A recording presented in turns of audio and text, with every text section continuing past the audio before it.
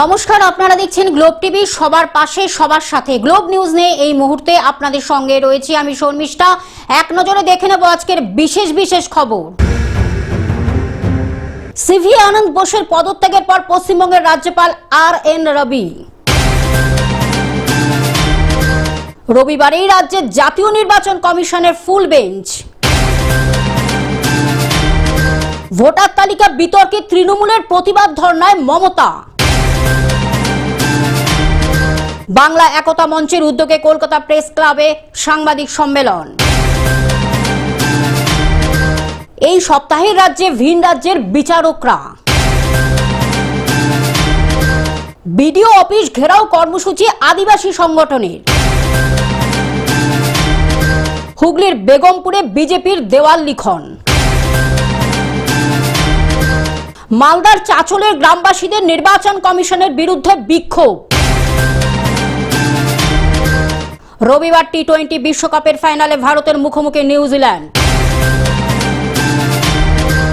আবহাওয়ার পূর্বাভাস। আসছি বিস্তারিত খবরে। সিভি আনন্দ বোসের পদত্যাগের পর পশ্চিমবঙ্গের রাজ্যপাল আর.এন. রবি। সিভি আনন্দ বোসের পদত্যাগের পর পশ্চিমবঙ্গের রাজ্যপাল হচ্ছেন প্রাক্তন আইপিএস অফিসার আর.এন. রবি। ভোটের আগে আচমকা পদত্যাগ পশ্চিমবঙ্গের রাজ্যপালের। দিল্লি গিয়ে ইস্তফাপত্র পেশ সিভি আনন্দ বোসের। পশ্চিমবঙ্গের রাজ্যপাল হচ্ছেন প্রাক্তন IPS officer R N. Ravi. Bureau report, globe news. রবিবারে রাজ্যের জাতীয় নির্বাচন কমিশনের ফুল বেঞ্চ। 9 মার্চ রাজনৈতিক দলের সঙ্গে বৈঠক ফুল বেঞ্চের। রবিবারে রাজ্যে জাতীয় নির্বাচন কমিশনের ফুল বেঞ্চ। 9 মার্চ সকালে রাজনৈতিক দলগুলির সঙ্গে বৈঠক। 9 মার্চ ডিএম, এসপি, পুলিশ কমিশনারদের সঙ্গে বৈঠক। 10 মার্চ কেন্দ্রীয় বাহিনী নিয়ে বৈঠক ফুল বেঞ্চের। মুখ্য সচিব, রাজ্য পুলিশের ডিজির সঙ্গেও বৈঠক করবে কমিশন। এই প্রথম বুথ লেভেলে অফিসারদের সঙ্গে ফুল বেঞ্চের আলোচনা। Bureau report, globe news. Voter তালিকার বিতর্কে তৃণমূলের ধর্নায় মমতা। ভোটার তালিকা বিতর্কে তৃণমূলের প্রতিবাদ ধর্নায় মমতা বন্দ্যোপাধ্যায়। মিছিল সুপ্রিম সওয়াল, এবার ধর্না। এসআইআর প্রতিবাদে ফের পথে তৃণমূল নেত্রী। প্রথম ভোটার তালিকায় যোগ্য ভোটারদের নাম বাদের অভিযোগ। এসআইআরের নামে হয়রানি ও মৃত্যুর অভিযোগ। কমিশনের বিরুদ্ধে আজ ধর্মতলায় ধর্নায় মমতা বন্দ্যোপাধ্যায়। দুপুর 2টো থেকে ধর্মতলায় ধর্না মঞ্চে Mamata. Bureau report, globe news. Bangla Ekta মঞ্চের উদ্যোগে প্রেস ক্লাবে সাংবাদিক সম্মেলন। বাংলা একতা মঞ্চের উদ্যোগে কলকাতা প্রেস ক্লাবে আয়োজিত হলো একটি সাংবাদিক সম্মেলন। এসআইআর প্রক্রিয়া নিয়ে গুরুত্বপূর্ণ প্রশ্ন তুলে এই সম্মেলনের আয়োজন করা হয়। দেখুন, এইভাবে 1,23,00,000 নাম হয় বাদ দিয়ে বা ঝুলিয়ে রেখে, মানে যারা ভোট দিতে পারবেন না, এরকম অবস্থাতে ভোট করানো যাবে না।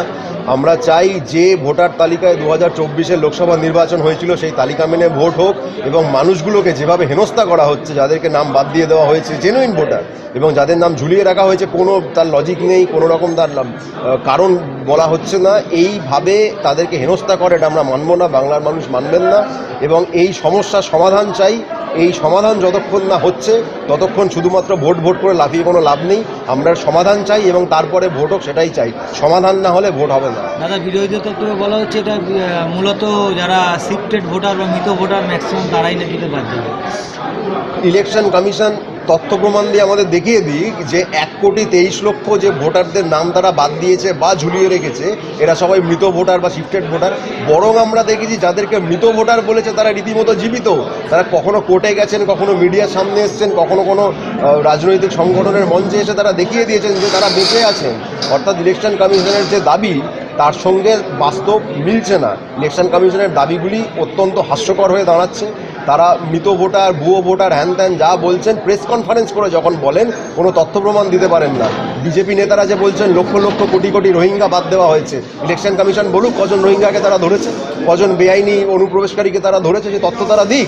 একটা কোনো তথ্য দেবেন না, শুধুমাত্র রেটরিকের ওপর দাঁড় করিয়ে আমাদেরকে গোল ঘোরাবেন আর মানুষ লাইনে দাঁড়িয়ে হেনস্থা হবেন, এইটা বাংলার মানুষ মানবেন না। এদিন বাংলা একতা মঞ্চের তরফ থেকে উপস্থিত ছিলেন প্রধান বক্তা তন্ময় ঘোষ, অনির্বাণ বন্দ্যোপাধ্যায়, সংঘমিত্রা বন্দ্যোপাধ্যায় সহ বহু বিশিষ্ট ব্যক্তিত্ব। এছাড়াও বিভিন্ন প্রান্তিক প্রতিনিধিরাও উপস্থিত ছিলেন। মানুষজন যেভাবে ভয় পেয়ে আছে এবং গতকালেও আমি দুখানা খবর পেলাম যে একজন ভ্যান পুলার উনি আত্মহত্যা করেছেন এবং একজন মোমো বিক্রেতা। এই যে প্রান্তিক শ্রেণীতে যে মানুষগুলো, তাদের কিন্তু উদ্বেগ বাড়ছে এবং তাদের কিন্তু ভয়টা কিন্তু বাড়তে বাড়তে এমন জায়গায় যে তারা একটা বড়সড় কিছু করে ফেলছে, তারা হয়তো নিজেদেরকে শেষ করে ফেলছে। কারণ যদি কাউকে এরকম শুনলাম যে ভদ্রলোক ভাবছেন যদি আমাকে বাংলাদেশ পাঠিয়ে দেওয়া হয় তাহলে আমার বাড়ির লোকে কি হবে। এবং আর একটা জিনিস যেটা চিন্তার বিষয়, ওটা নিয়ে আমরা আগেও করেছি যে বিভিন্ন বয়স্ক মানুষদেরকেও হিয়ারিংয়ে ডাকা হচ্ছে, তাদেরকেও এরকম ডিলিট করে দেওয়া হচ্ছে বা করা হচ্ছে। তারা হয়তো দশকের দশক ধরে, যখন দেশ স্বাধীন হয়নি তখন থেকে তারা এই দেশে বসবাস করছে। একটা সময় ভোটাররা সরকার নির্বাচন, হ্যাঁ এক্স্যাক্টলি, এখন সরকার ভোটার নির্বাচন করছে। এইটা যেরকম বললাম, এটা টোটালি অসাংবিধানিক। কারণ আইন বলুন, সরকার বলুন, যদি এই ভোটার লিস্টে যদি মানুষগুলো অবৈধ হয়, তাহলে 2024-এ যে লোকসভা ভোট হলো, সেখানে যে সরকার এই বাঙালিদের উপর যে আক্রমণটা করছে বা বাঙালিদেরকে যে এই চক্রান্তের শিকার হতে হলো যে সরকারের ডিসিশনে, তো তাহলে সেই সরকারটাই তো অবৈধ। তাদের তরফ থেকে দাবি ওঠে, বাংলায় প্রায় 1,24,00,000 মানুষের নাম বাদ যাওয়ায় বহু প্রান্তিক মানুষ আজ দিশাহীন অবস্থায় রয়েছেন। এদিন প্রধান বক্তা তন্ময় ঘোষ জানান, ভারতীয় সংবিধান অনুযায়ী কেন্দ্রীয় নির্বাচন কমিশনের এমন কোনো ক্ষমতা নেই যে তারা কাউকে ভারতীয় নাগরিকত্বের অধিকার থেকে বঞ্চিত করতে পারে। তাদের দাবি, আগামী দিনে এই অরাজকতা চলতে থাকলে তারা বৃহত্তর আন্দোলনের পথে নামতে বাধ্য হবেন। বাংলার মানুষ রাস্তায় নামবে। এনআরসি মুভমেন্টের সময়তেও আমরা দেখেছি রাস্তায় নেমেছিল, বাংলার মানুষ এবারও রাস্তায় নামবে। আন্দোলন রাজনৈতিক স্তরে হবে, আন্দোলন সামাজিক স্তরে হবে, আন্দোলন সংসদে হবে, রাজপথে হবে, আইনিভাবে হবে। স্বাভাবিক বিষয়, আমরা সংবিধানের পক্ষে কথা বলছি, আমরা আইনের কথা বলছি, আমরা যে মানুষের মৌলিক সাংবিধানিক অধিকার সেইটা রক্ষা করার কথা বলছি। নির্বাচন কমিশনে, ভারতের জাতীয় নির্বাচন কমিশন, তারা আইনের বিরুদ্ধে কথা বলছে। তারা যে আমাদের নাগরিকদের যে মৌলিক সাংবিধানিক অধিকার সেইটার বিরুদ্ধে তারা কাজ করছে, তার ফলে তার প্রতিবাদ তো হবে। বাংলার মাটি হচ্ছে প্রগতিশীলতার মাটি, বাংলার মাটি বিপ্লবের মাটি, এখান থেকে তো প্রতিবাদ হবে। আগামী দিনে প্রতিরোধ হবে যতক্ষণ না পর্যন্ত একজন বৈধ ভোটারের নামও যদি বাদ যায়, তাহলে আমরা রাস্তায় থাকব। কলকাতা থেকে অনির্বাণ দত্তের রিপোর্ট, গ্লোব নিউজ। এই সপ্তাহে রাজ্যে ভিন রাজ্যের বিচারকরা এসআইআর অভিযোগ নিষ্পত্তিতে ভিন রাজ্যের বিচারকরা 9 মার্চ থেকে শুরু কাজ। এই সপ্তাহে রাজ্যে ভিন রাজ্যের বিচারকরা 9 মার্চ থেকে এসআইআর কাজ শুরু ভিন রাজ্যের বিচারকদের। এসআইআর এর অভিযোগ নিষ্পত্তিতে উড়িষ্যা, ঝাড়খণ্ডের 200 বিচারক। 7ই মার্চ এবং 8ই মার্চ রাজ্যে আসছেন ভিন রাজ্যের বিচারকরা। এই দুদিন তাদের প্রশিক্ষণ দেবে কমিশন। 9 মার্চ থেকে এসআইআর এর কাজে মোট 730 জন বিচারক। Bureau report, globe news. BDO office ঘেরাও কর্মসূচি আদিবাসী সংগঠনের। বিডিও ও বিএলও দের অফিসের গেটে তালা দিয়ে ঘেরাও কর্মসূচি আদিবাসী সংগঠনের। চন্দ্রকোনা 1 নম্বর ব্লকের বিডিও অফিসের ডেপুটেশন ভারত জাকাত মাঝি পরগনা মহলের। সংগঠনের নেতৃত্বদের দাবি, এসআইআর ভোটার তালিকায় আদিবাসীদের নাম বাদ সহ আদিবাসীদের খাস পাট্টা দেওয়া হচ্ছে না কেন, এবং আদিবাসী এলাকায় রাস্তাঘাট উন্নয়নের দাবি নিয়েও বিডিও অফিস ঘেরাও কর্মসূচি আদিবাসী সংগঠনের। চন্দ্রকোনা 1 বিডিও অফিস চত্বরে রয়েছে বিএলআরও অফিস। 2 অফিসের মূল গেটে চাবি দিয়ে ঘেরাও কর্মসূচি আদিবাসী সংগঠনের কর্মীরা। এসআইআর এর মাধ্যমে ভোটার তালিকা থেকে আদিবাসীদের নাম বাদ দেওয়া হয়েছিল, এই কারণে তার সঙ্গে আদিবাসীদের পৃথক পৃথক খাস পাট্টা প্রদান করার জন্য এখনো করা হয়নি কেন, তার সঙ্গে আদিবাসীদের রাস্তাঘাট এবং উন্নয়নমূলক কাজ এখনো পর্যন্ত সম্পূর্ণভাবে নিষ্ক্রিয় হয়নি। সেই কারণে আজকে এই ঘেরাও কর্মসূচি নিতে আমরা চন্দ্রকোনা 1 ব্লক থেকে আমরা বাধ্য হয়েছি। পশ্চিম মেদিনীপুর থেকে কল্যাণ মণ্ডলের রিপোর্ট, গ্লোব নিউজ। হুগলির বেগমপুরে বিজেপির দেওয়াল লিখন। হুগলির বেগমপুরে বিজেপির দেওয়াল লিখন। আগামী 14ই মার্চ প্রধানমন্ত্রী নরেন্দ্র মোদীর ব্রিগেড জনসমাবেশকে সামনে রেখে হুগলি জেলার সিঙ্গুর বিধানসভার অন্তর্গত বেগমপুরে শুরু হলো বিজেপির দেওয়াল লিখন।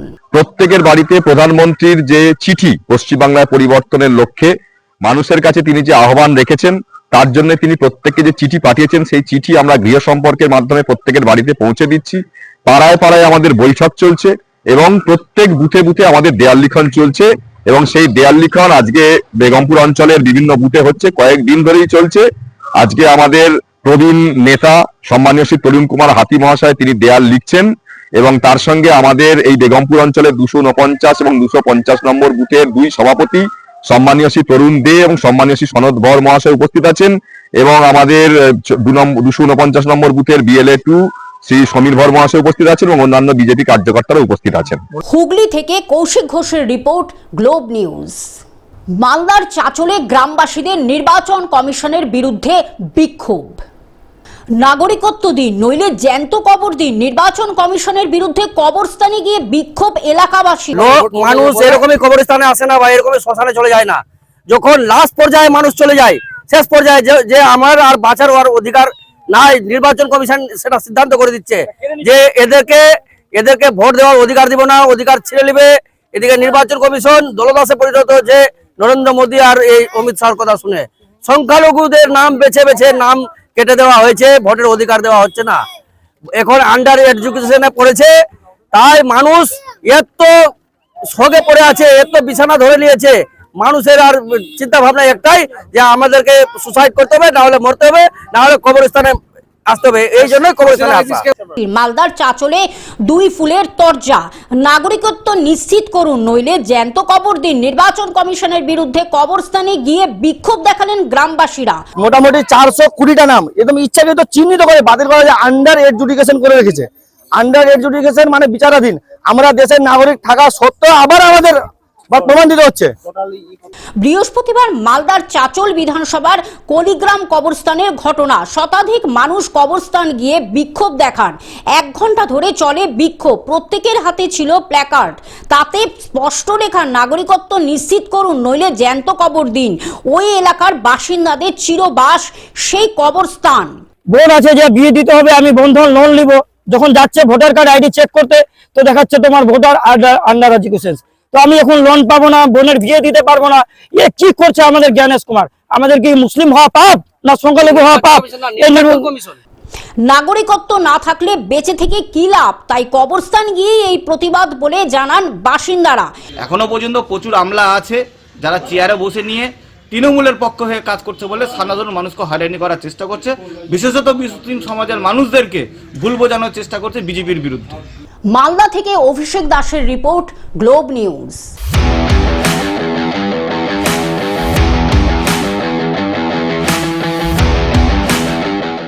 রবিবার টি-20 বিশ্বকাপের ফাইনালে ভারতের মুখোমুখি নিউজিল্যান্ড। টি-20 বিশ্বকাপের ফাইনালে ভারত মুম্বাইয়ের 22 গজে ব্রিটিশ বধ। 2007, 14, 24-এর পর 26, এই নিয়ে চতুর্থবার বিশ্বকাপ ফাইনালে টিম ইন্ডিয়া। পরপর 2 বিশ্বকাপ ফাইনালে উঠল ভারত। রবিবার ফাইনালে ভারতের মুখোমুখি New Zealand. Bureau report, globe news.